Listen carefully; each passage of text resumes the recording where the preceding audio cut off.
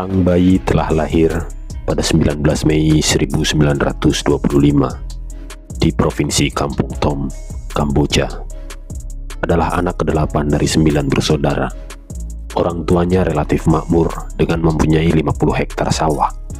Ia mendapatkan beasiswa pendidikan dari pemerintah yang mengirimnya ke Paris untuk belajar teknologi radio pada 1949. Di Paris, dia terlibat dengan Partai Komunis. Saat beasiswanya dicabut, ia kembali ke Kamboja dan berniat membangun revolusi di sana. Bayi itu kini telah beranjak dewasa dan dia dijuluki Pol Pot.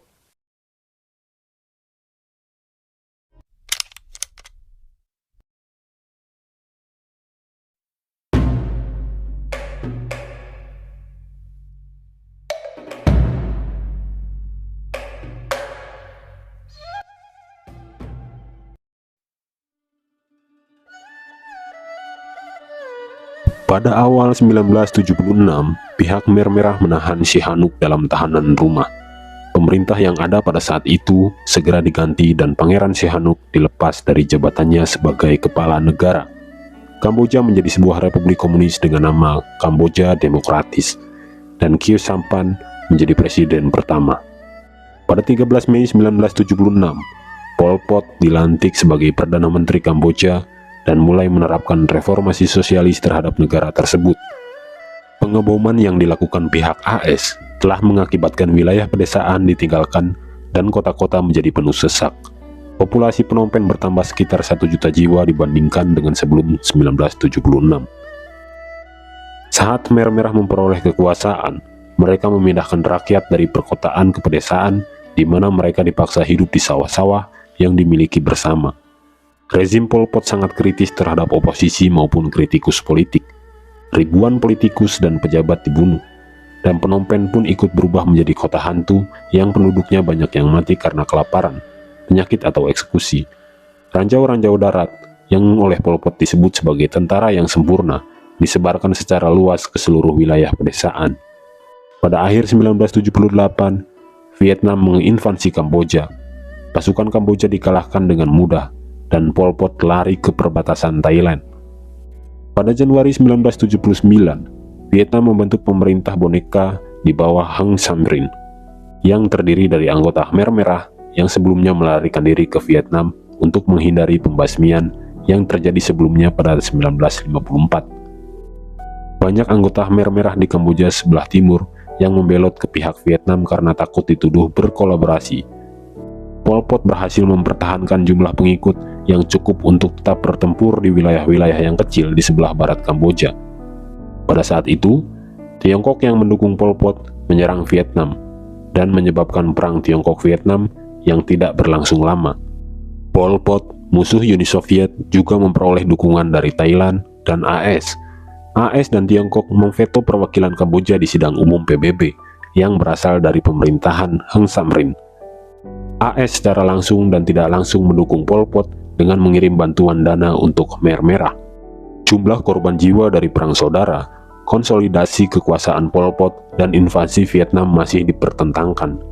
Sumber-sumber yang dapat dipercaya dari pihak barat menyebut angka 1,6 juta jiwa. Sedangkan sebuah sumber yang spesifik, seperti jumlah 3 juta korban antara 1975 dan 1979, diberikan oleh rezim Phnom Penh yang didukung Vietnam, PRK.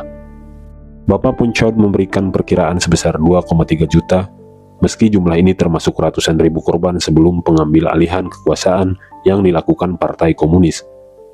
Amnesty International menyebut 1,4 juta, sedangkan Departemen Negara AS 1,2 juta.